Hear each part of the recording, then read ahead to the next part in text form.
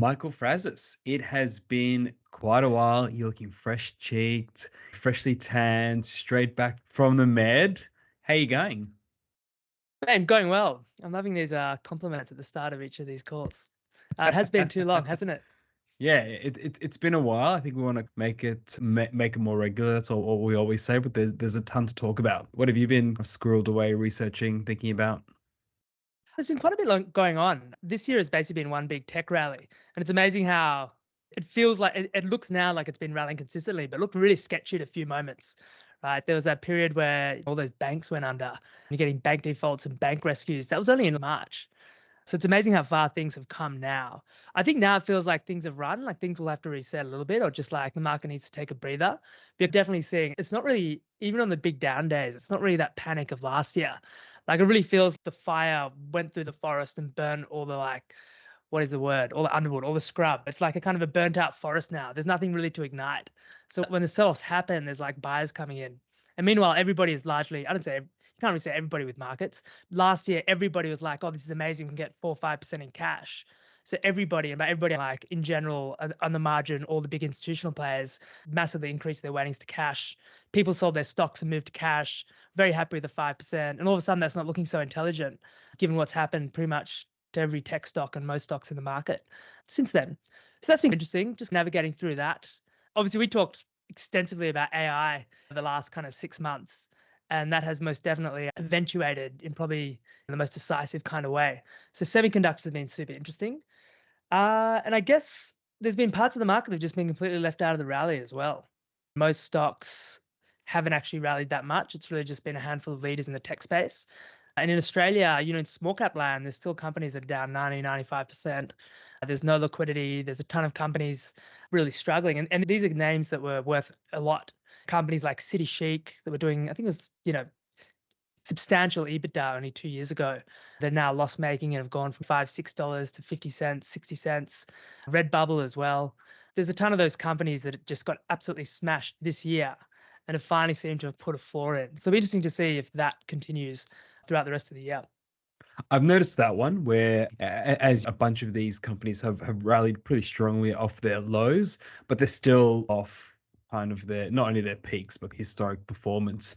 And liquidity is a massive issue for these companies. Obviously, a lot of cases, that's where kind of private equity comes in, and PE guys are obviously having a lot of conversations with these companies and having a look around. But to be honest, it's probably fair to say it's slim pickings, and a lot of these companies are stuck, and it's probably not what they signed up for when they went to IPO a couple of years ago, and now they're basically stuck in illiquid land with stocks that, in their view, aren't reflecting value and probably giving them fewer options than they would have otherwise in private land. Yeah, absolutely. But I do think in some of these companies, I feel like if you're going to sell, you would have sold. Like I think that like Redbubble is double off the lows now, like barely a few weeks ago. Where management teams have had to be replaced, they've now been replaced. Cost cutting started 6 to 12 months ago and is now finally starting to come through. And a lot of these companies are doing 3, 4, 500 mil of revenue on, as of 4 weeks ago, negative EVs. They weren't actually valued at anything with half a bill of revenue. There's certainly a lot of opportunity. You don't need to eke much of a margin out to make huge returns from those levels. So I think small caps interesting. It's hard to plan because you're buying companies that are with negative year-on-year numbers. In some cases with debt, but in generally, it's not clear. It's not like the easiest. Not investing is never easy, but ideally you want something that just grows for 5 years and is bigger, better, and stronger 5 years in a row, or 10 years in a row, which is basically or longer, like 2009 to 2021. 2022. That was like 12 years where there were a lot of companies that grew throughout and more or less had higher share prices and bigger values as well. This is very different to that. This is more like trying to figure out if these things are worth what they're worth and then deciding if you're actually willing to be stuck in, because you can buy as much of these companies as you want, but you can't sell them. You can't in if you buy them, even in small amounts. And so you said a moment ago, AI is really having its moment, and we have spoken a lot about AI. What do you mean by it's really hit the pointy end? I guess where I'm sitting, there's a ton of discussion about how AI is going to be, how it's going to flow through to company operations and reduce costs or improve efficiency or whatever. And in some cases, that's super clear. I'd say, I guess something between 60 to 80% of devs across the country using Copilot or some version of that. So there's some places where it's super penetrated already, and then a lot of places where it's less clear, and you might be bullish on it, but still it's not obvious how it's going to play out and how long it's going to take to actually manifest in earnings or improved margins or elsewhere. What do you think's happened that's really knocked the market out? There's a few things. I think firstly, companies like Nvidia, I guess Nvidia is probably the prime example that has captured by far the lion's share, certainly of the equity market value that's been created, the listed market value. How real that value is up to debate, and we'll find out in the future. But they're selling out. They sold out of all the chips they could make, A100s, H100s, the more advanced ones. That is clearly, they're clearly going to be, they're our currency now. So there was like a huge loan that a startup got and was collateralized by their Nvidia chips. Amazing. These are, but there will be competition now, but Nvidia is just a clear leader. So one of our biggest positions is AMD, which is like like half the price. Number two, the customers are companies like Microsoft. They have an explicit strategy of fostering somebody with at least 20% market share to compete with Nvidia. The other thing that's clear since we last spoke is we're talking about the threat to Google and the incumbents. And it's pretty clear that Google's going to, I think, in my opinion anyway, going to stand up to this challenge, and probably one of the better ways to play. Like their Google Bard product is substantially better than ChatGPT for many things. You can search it, it has access to live data, it can like tabulate things for you, it can change the format of things. It's really like an incredible research tool. If you want to write a report or get some information on something, like it's literally like having an extremely good analyst that can just answer you immediately and put things in I graphs have and to charts. say, I've been using ChatGPT 4 and I've been trying to play around with the plugins, and no, it has been a bit disappointing. I don't want to sound like The we've been. plugins are not, I think the plugin strategy is the right one here. I think it's Well, like look at Google with live they're data. not working yet. Yeah, the point is some of the plugins are supposed to browse live. Yeah, but it's just not really working. It breaks a lot. The information remains unreliable a lot. So maybe the kind of answer has been staring me in the face all the whole time, and I haven't been using Google Bard as much as I should have. I was in the early days. I thought I'd cough up and use ChatGPT 4, but it's not really working. So I'll have to give that a crack. I'll give you an example. Like one of the things I use it for now, it's incredibly useful for healthcare. Because you can be like, okay, look at a new company. Okay, what is the standard of care for this treatment? What all the drugs in development? What are their side effects? How long does it take to work? What are the 5 most important papers in each of the last year on this thing? What is the best foundational paper? Can you summarize this for me? Can you pull out the key data? Can you Amazing. compare, I don't know, the half-life or the whatever key statistic it is that you want, and it'll pull out of it and just print it. It's just there saved. Like it saves all your searches. So you can just do a chain of research on a particular company and end up with something really valuable. You can then print and study, and then it'll tell you the best papers. And like Googling around, it's just a significantly better experience to Google. But it's not just, I think semiconductors will play out. I mean, it's weird because there's 2 markets. There's like a struggling PC and consumer market, and then you have this firing GPU market, which is like the graphics units, which just so happen to be super helpful for gaming, and then obviously super helpful for crypto, and now super helpful for AI. So it's incredible this run, these legs that Nvidia has had with GPUs. So Yeah. all the miners being repurposed or flogging their kit for AI purposes? Is that a Yeah, thing? Is it presumably. 'Cause fungible? I remember that in 2021, there was a period where, because there's a secondhand market for GPUs, so you can actually see what these NVIDIA chips, and they're more or less standardized, like A100s or whatever chip you choose. And there's a lively secondhand market for them. I remember when the crypto crash came, those secondhand things prices plummeted. And then, like, literally before you could even blink, or like these things just like the market just flipped and turned and went straight into rocketing higher again, and startups desperate to try and get their hands on it. And Nvidia like prioritizing Tesla or deciding which of their competitors they would, because ultimately they sell to a lot of their own competitors, which of them they're going to prioritize and give capacity to. Yeah, it did. I don't know of any examples. Like, I haven't really studied if crypto miners have actually done that. I think actually crypto has been pretty strong. So a Yeah. lot of the miners are actually going to survive and are doing pretty well.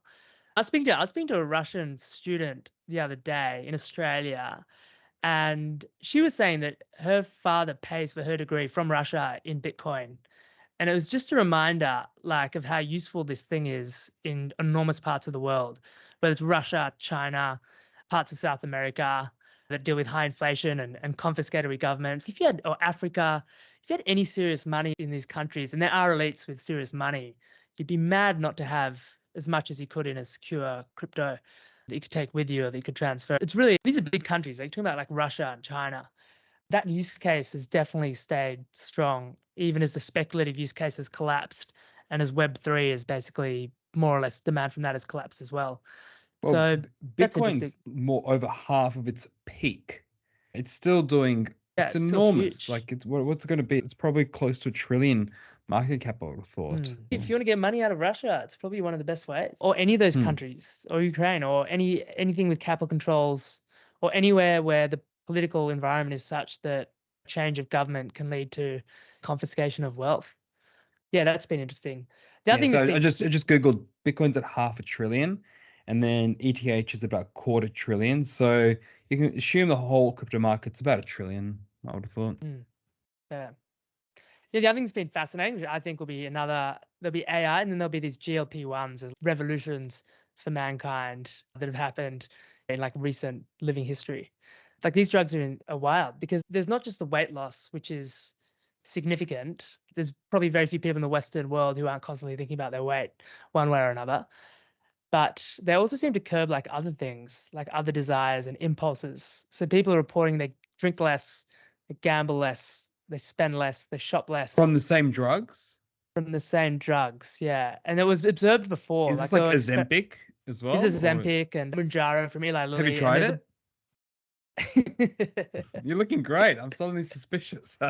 No shame. We're all friends here. I think right now everybody's hiding about whether they do it or not, but I think you're just going to randomly see people drop weight. You're going to randomly see people drop weight. You're seeing like random celebrities like lose a I ton of weight. totally respect that. People have already been doing that. Like they're having stomach surgery or whatever, and suddenly Yeah. they're looking fitter and they're just saying they're going to the gym. I mean, whatever. Good for them. A I'm lot. So yeah, it's very not just pro weight loss yeah. drugs. People still trying to figure out how it works. They know some things. So, for example, it hits the receptors in your stomach, which says you're full. It slows the pace at which food goes through your stomach.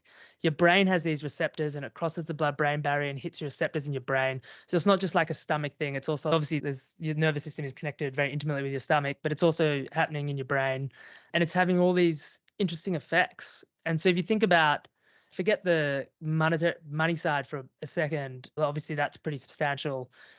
Think about what it would be like if for humankind, if a lot of people end up on this drug and in 20 years time or 10 years time or even 5 years time, the world is like slimmer, less impulsive, drinks less, gambles less, spends less on Sounds stupid things. miserable. I'm short that world. The world was not built by a bunch of kind of sedated, unimpulsive people. It was built by the kind of Skinny, looking in the risk-seeking mirror. degenerates jumping on ships and Yeah, conquering quite the earth. possibly. So I don't know about that. Like Well, I it's found out kind of there's a new interesting. word that you'll probably have come across, but I hadn't, called like anhedonia, where you just It is. like That's hedonistic, interesting. like something based on that. So that's one of the symptoms that you have to watch for is anhedonia. I'm It's pronouncing that correctly. basically, so we're living in the world of a brave new world. That's the dystopia that Aldous Huxley wrote about. So there's the twin dystopian visions of 1984. 1984 is obviously totalitarian state kind of control, and it's pretty miserable and grim and whatever. And then a brave new world is everyone's on these drugs and they're just living inside. I guess it was a long time since I've read it, but they're living these kind of hedonistic, plugged in pills. The other side of this world, there's the Ozempic drugs thing, but then there's the whole AI girlfriend, infinite kind of plug me into the sexiverse future that's been alluded to as well. Yeah.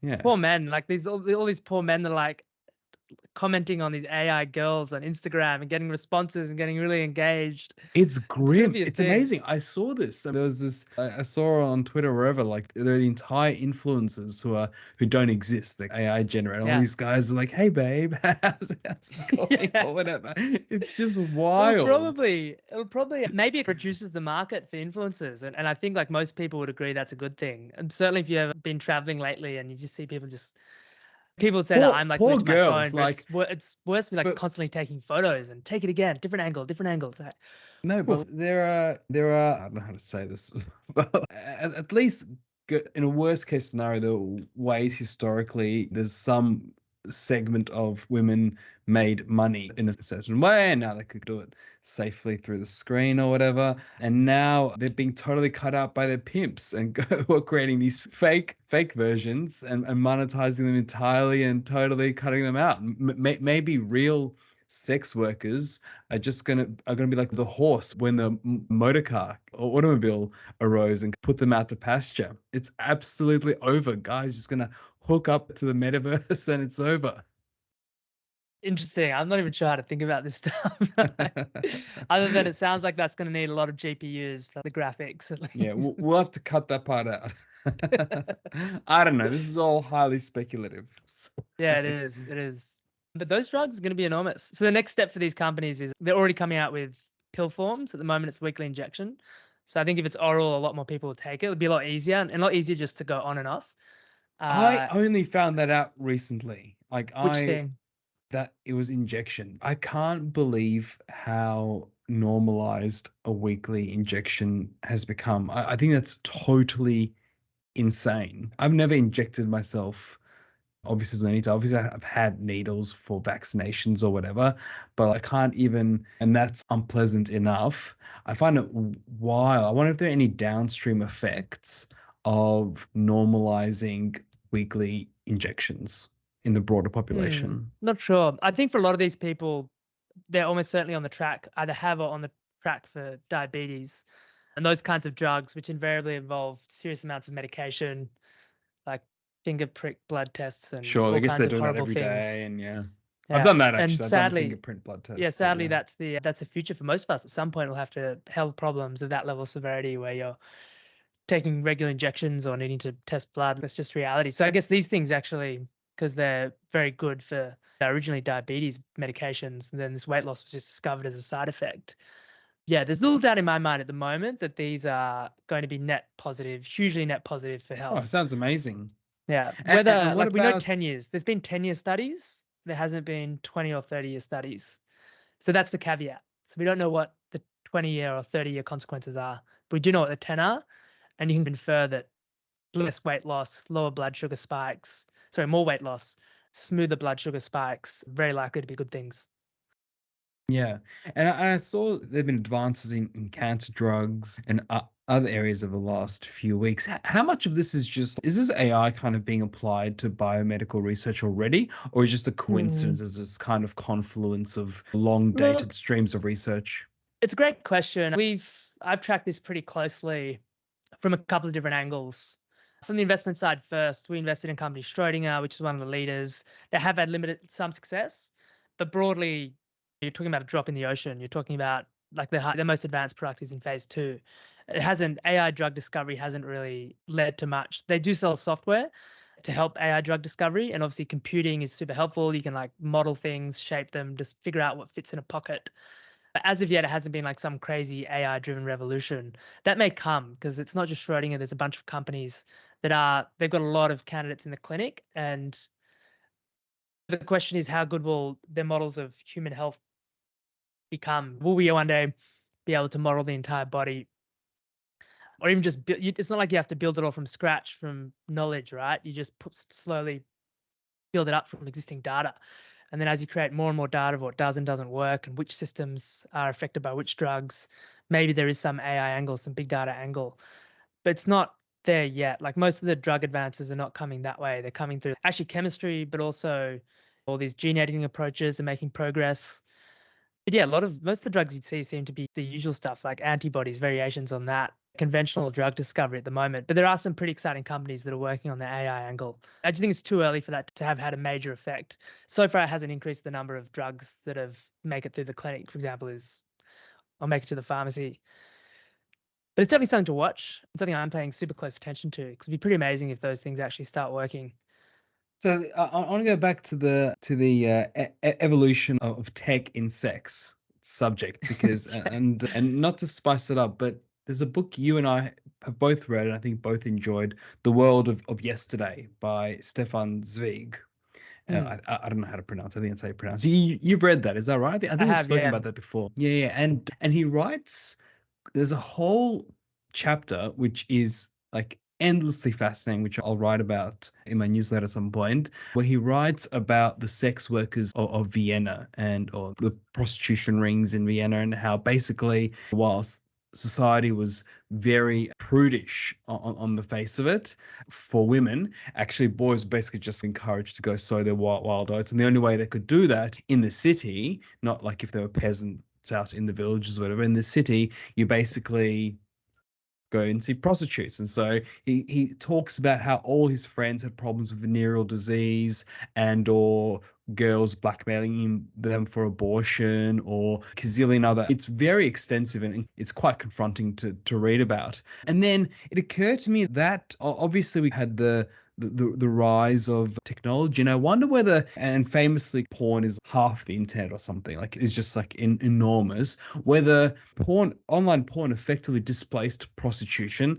Speculative. I haven't read anything like that, but I don't know if that's it's a thing. And then you can imagine these kind of AI generated images displacing that. And so you can see this evolution of kind of real world prostitution to online porn through to AI porn. That's the kind of technological Hmm. loop over a century.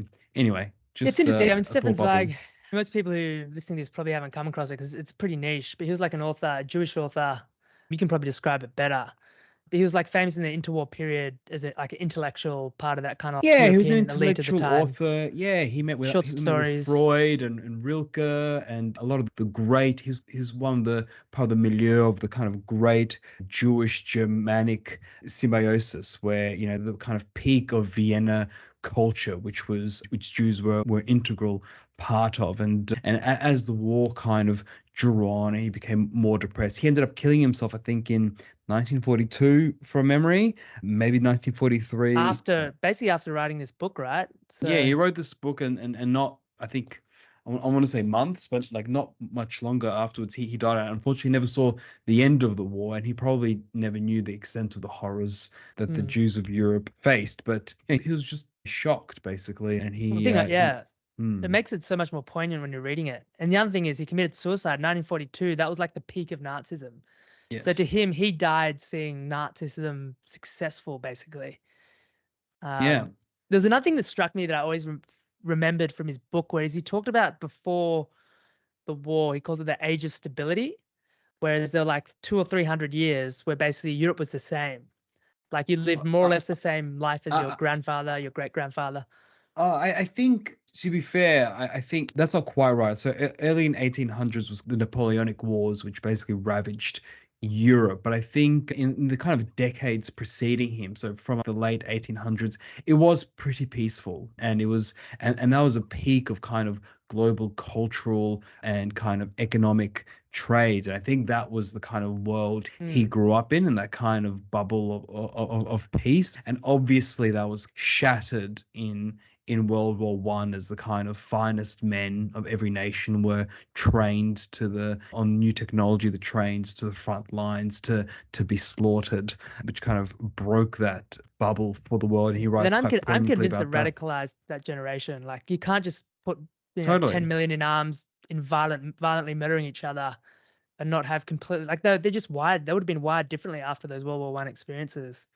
It's one of Yeah. the worries about what's happening in Russia, Ukraine, and also you could argue to some extent the Iraq and Afghanistan war in the United States, the way that changed their culture in ways that probably aren't really appreciated enough.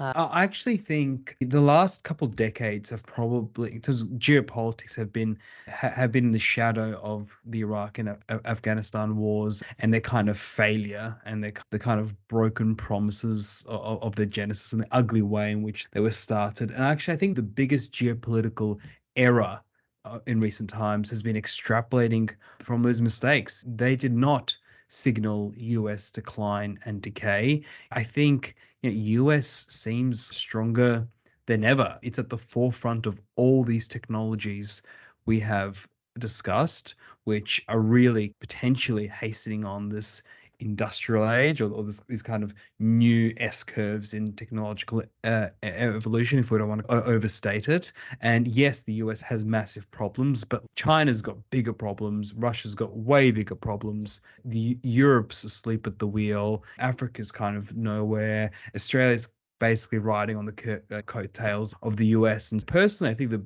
biggest geopolitical mistake has been over extrapolating from US failure in the Middle East, because that's just been a blip. And actually, the US is going stronger for longer.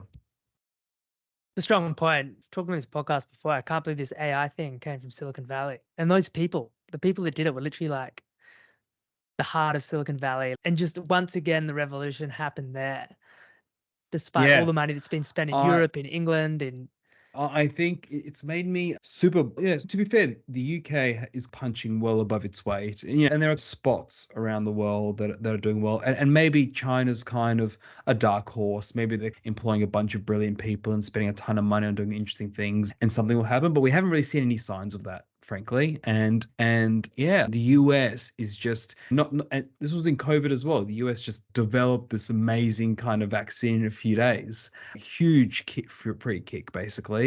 And then not free kick, that's a function of the kind of talent and social, cultural, technical infrastructure know-how that exists there. And now that's being deployed to all these new kind of miracle technologies. How could you not be deeply bullish the US? And it's made me, I've always been very bullish Australia. I think we've got very strong institutions, one of the oldest democracies. We're a stable nation, and we've got a great lifestyle, but we actually don't really meaningfully participate in those kind of technological frontiers. And I'm not sure we can. We have historically a little bit. We've developed bionic ear and whatever, like bits and pieces, but not so much recently. And I just see the US as basically subsidizing the whole world, not just with its military, but also with its technological investment.